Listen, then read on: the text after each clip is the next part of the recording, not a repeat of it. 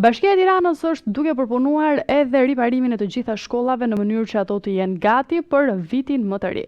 Kryetari i Bashkisë së Tiranës, Erion Veliaj, zgjodhi shkollën nëntëvjeçare Fanoli në njësinë administrative nr. 2 për të siguruar që puna e cila është nisur prej disa javësh në 200 godinat arsimore të Tiranës vijon ende edhe gjatë muajit të shkurtë.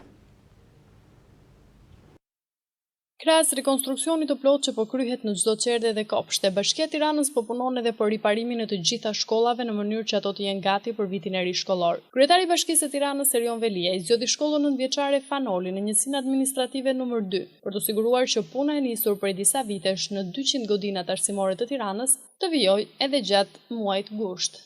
Kemi kërkuar drejtorisë arsimore që në bashkëpunim me bashkinë ti maksimizojmë hapësirat, mos kemi mbidyndje në disa shkolla dhe deficit pranimesh në shkolla tjera brenda vjeshtës.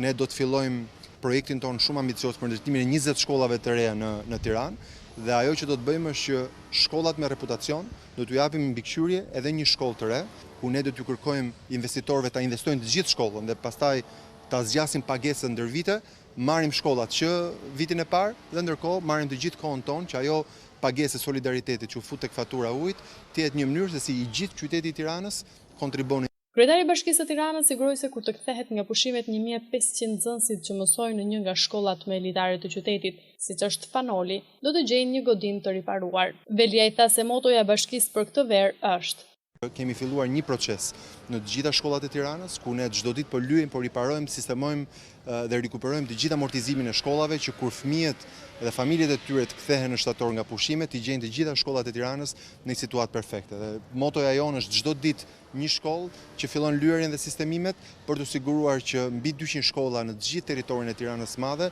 të jenë gati për vitin e ri shkollor. Ai theksoi se shkolla duhet të jetë në shërbim të komunitetit.